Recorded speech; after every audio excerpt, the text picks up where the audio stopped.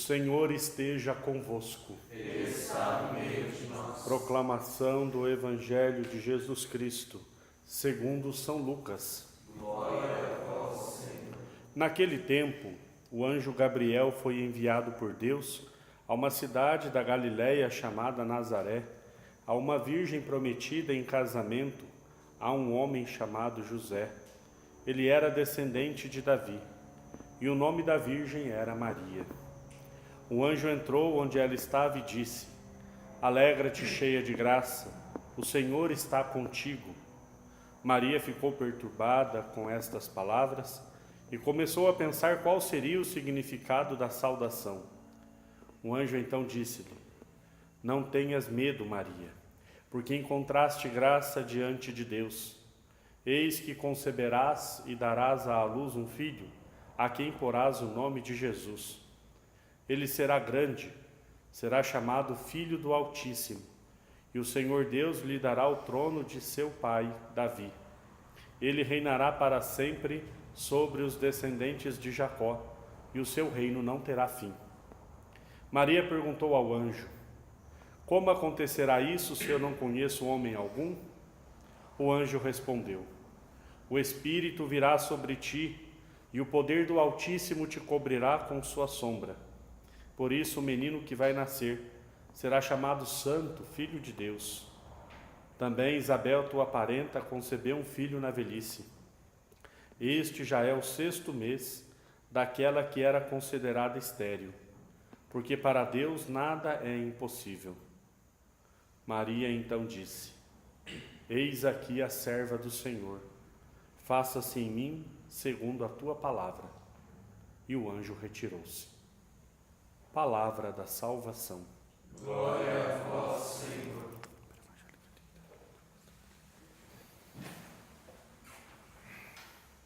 Eis aqui a serva do Senhor. Em nome do Pai, e do Filho, e do Espírito Santo. Amém. Nós celebramos hoje, então, a memória de Nossa Senhora Rainha. Maria, que foi assunta ao céu, hoje é coroada como Rainha dos anjos e dos santos. É o 5º mistério do terço que nós rezamos. Algumas pessoas poderiam perguntar: mas onde está na Bíblia que Maria foi coroada no céu? Onde está na Bíblia que Maria foi assunta ao céu e assim por diante? Bom, nós que somos católicos não ficamos com esse tipo de pergunta, porque a nossa fé, a tradição da igreja, o testemunho dos apóstolos, o testemunho dos santos, eles nos afirmam esta realidade. E seria quase como uma continuação natural daquilo que aconteceu no mistério da salvação. Aquela que foi escolhida por Deus para gerar Jesus no seu ventre, aquela que foi escolhida desde toda a eternidade por Deus para ser a mãe do Salvador, que foi concebida sem a mancha do pecado original, que viveu nesta terra sem ser contaminada pelo pecado, que deu à luz ao Salvador da humanidade, gerou Deus no seu ventre, foi assunta ao céu, e é claro que o reconhecimento de Deus, dizer que Maria foi coroada no céu como rainha, é esse reconhecimento da parte de Deus. Eu acho até que eu comentei um pouco sobre isso na homilia de domingo. Deus não nos usa de forma descartável. Deus não usou Maria para aquilo que ele precisava e depois deixou Maria jogada num canto. Deus honrou aquela que em tudo fez a sua vontade. Deus honrou o sim de Maria. E a honra de Deus é essa: concedeu a ela um lugar privilegiado no céu. Maria foi elevada acima dos coros dos anjos.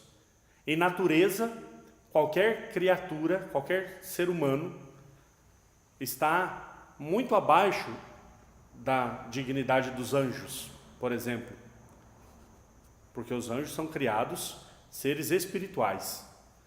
Mas Maria, pela sua humildade, ela mereceu ser considerada a rainha dos anjos e a rainha dos santos. A dignidade de Maria é muito maior do que todos os santos mártires, todos juntos. Maria tem uma glória tão grande no céu, que se juntarmos todas as dignidades de todos os santos e de todos os anjos, não chega aos pés da dignidade de Maria. Abaixo de Deus no céu está aquela que em tudo fez a vontade de Deus. E para nós é uma grande honra honrarmos a Virgem Maria, por vários motivos. Primeiro, claro, porque Maria também como criatura, Maria como criatura de Deus, foi aquela que para nós é exemplo de como ser obediente a Deus. Ao olharmos para Maria, nós contemplamos todas as virtudes que nós devemos também almejar. Quando olhamos para Maria, nós encontramos o plano de Deus realizado da forma mais perfeita. A santidade que Deus sonha para cada um de nós da forma mais perfeita se concretizou em Maria. Alguns santos dizem que, a exemplo de Maria, nós também precisamos almejar, gerar o Cristo em nós. Claro que Maria gerou Cristo fisicamente no seu ventre, mas antes disso, ela já tinha gerado o Verbo, a palavra, no seu coração, na obediência a Deus, na obediência aos mandamentos, ainda da antiga aliança. Mas Maria gerou primeiro o Verbo no seu coração, e gerou de uma forma tão esplêndida, que mereceu de Deus a graça de gerar no seu ventre. É claro que essa graça nós nunca teremos, gerar Jesus fisicamente no ventre. Mas nós podemos e devemos gerar o Verbo em nossos corações, imitando as virtudes de Maria. E esse é o grande exemplo que Maria nos dá. Celebrar a Virgem Maria é olhar para aquela que para nós é um espelho de virtude, para nós é um espelho de obediência. O Evangelho de hoje fala justamente desse anúncio do anjo. Uma coisa que me intriga, que eu acho muito interessante no Evangelho de hoje, é que quando o anjo chega no lugar que Maria está, são raríssimas as ocasiões dessa manifestação tão clara e tão evidente da graça de Deus, em especial através dos seus anjos. Deus se manifesta através dos sonhos, Deus se manifesta de vários modos no Antigo Testamento, mas aqui um anjo, um ser espiritual, se coloca na presença de Maria para trazer uma notícia para ela, para fazer um convite e trazer uma notícia. E Maria tinha o seu coração tão puro, Maria tinha o seu coração tão unido ao desejo de Deus, que Maria nem se espanta quando o anjo entra onde ela estava.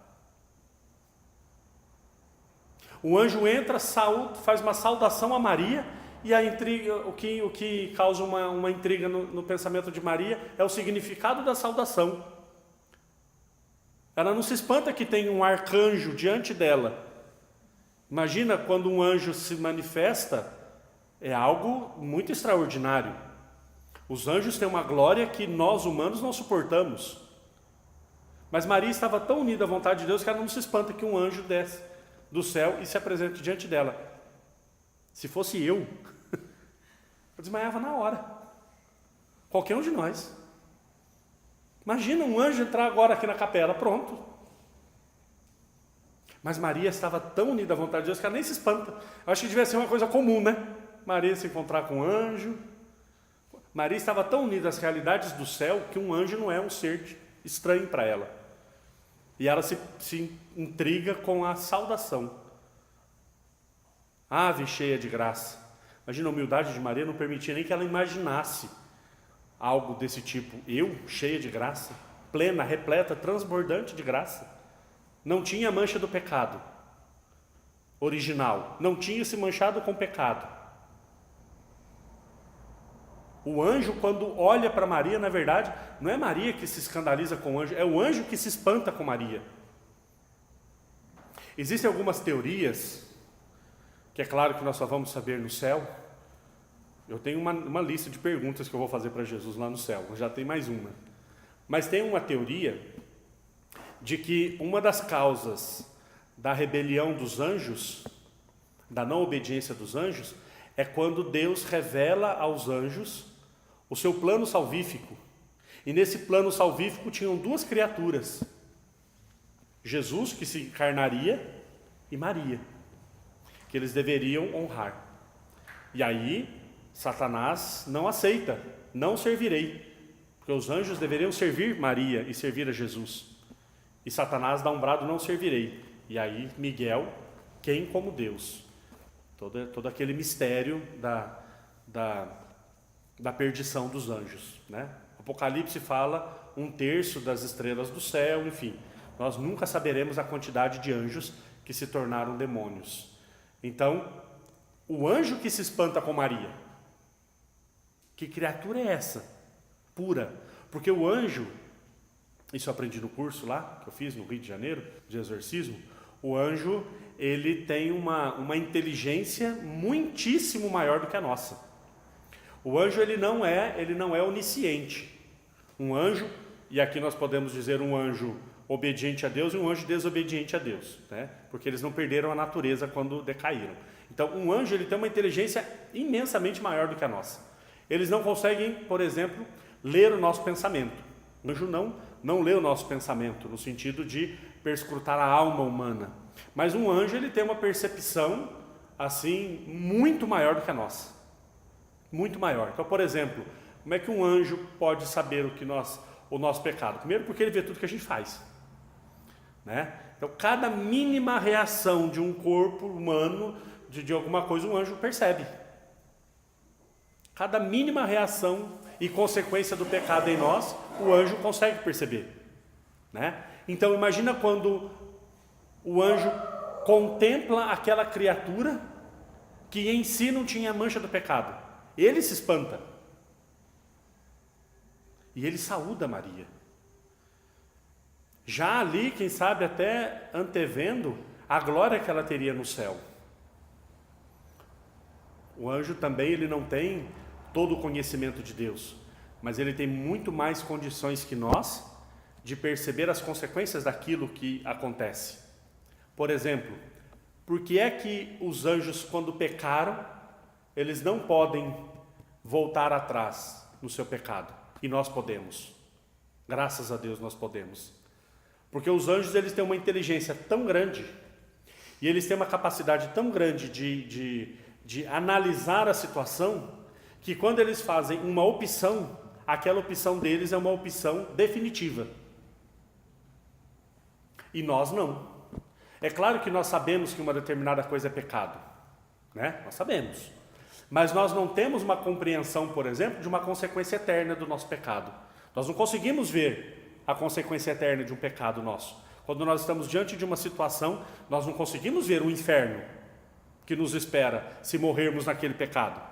Então, por isso, nós temos condições de voltar atrás e nos arrepender daquilo que fazemos. Os anjos tomaram uma única decisão, porque eles tinham condições de ver todas as consequências daqueles seus atos. Por isso, quando o anjo contempla Maria, ele já pode até contemplar a glória que ela terá no céu, porque ele consegue ver todo o plano de salvação e todas as consequências das atitudes de Maria. Quando Maria diz o sim, o anjo consegue ver aquele sim de Maria em toda a sua vida. O anjo consegue ver aquele sim de Maria que chega até os pés da cruz e aquele sim de Maria que será honrado por Deus. Por isso o anjo se espanta, o anjo se alegra ao estar diante de Maria. E aí todo esse relato bonito que nós vemos é justamente o diálogo entre o anjo e Maria, mas é como essa criatura tão esplendorosa se coloca diante da glória de Deus. Maria se coloca como serva, Maria se coloca obediente, Maria se coloca humilde, Maria se coloca disponível. São atitudes que nós também devemos ter, e a forma como nós devemos nos colocar diante de Deus. Como eu dizia, para nós também gerarmos Jesus em nós, para nós também podermos participar dessa glória de Deus, da qual Maria já está participando de uma forma tão honrosa como ela merece. Algumas pessoas dizem que nós católicos falamos muito de Maria. Eu sempre falo isso, é um pouco o pensamento de São Luís Maria Grignion de Montfort. Se nós falamos muito de Maria, se nós honramos muito a Maria, foi porque Jesus primeiro o fez. E nós nunca vamos honrar tanto Maria como Jesus honrou. Jesus escolheu Maria para ser sua mãe. Não existe honra maior. Tudo que nós fizermos para honrar Maria ainda será muito menor do que Deus fez. Deus é perfeito, Deus é eterno e ele honrou Maria. Quem somos nós para também não honrarmos a nossa mãe, que é rainha, sim, porque o seu filho é rei. Se Jesus é rei, ao lado do rei está a rainha sentada, coroada de honra e de glória, como ela merece. Que possamos também no nosso coração erguer um altar para honrar a nossa grande mãe, para que um dia no céu estejamos junto dela, adorando ao nosso Deus. Louvado seja nosso Senhor Jesus Cristo. Para sempre seja louvado.